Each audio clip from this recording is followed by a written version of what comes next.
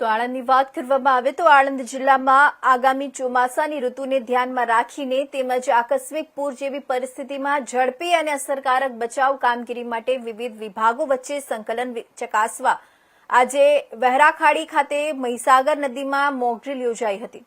વહેરાખાડી વિસ્તારમાં આવેલા મહીસાગર નદીમાં 3 વ્યક્તિઓ નદીમાં નહાવા પડ્યા હતા અને અચાનક ઊંડા પાણીમાં તણાઈ જવાની ઘટના સર્જાઈ હતી।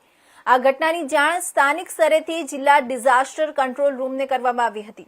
કંટ્રોલ રૂમ દ્વારા તાત્કાલિક ફાયર બ્રિગેડ, 108 એમ્બ્યુલન્સ સેવા, 112 ઇમરજન્સી રિસ્પોન્સ ટીમ, પોલીસ વિભાગ, આરોગ્ય વિભાગ, ફોરેસ્ટ વિભાગ તેમજ આણંદ તાલુકા મામલતદાર અને તાલુકા વિકાસ અધિકારીને માહિતી આપવામાં આવી હતી।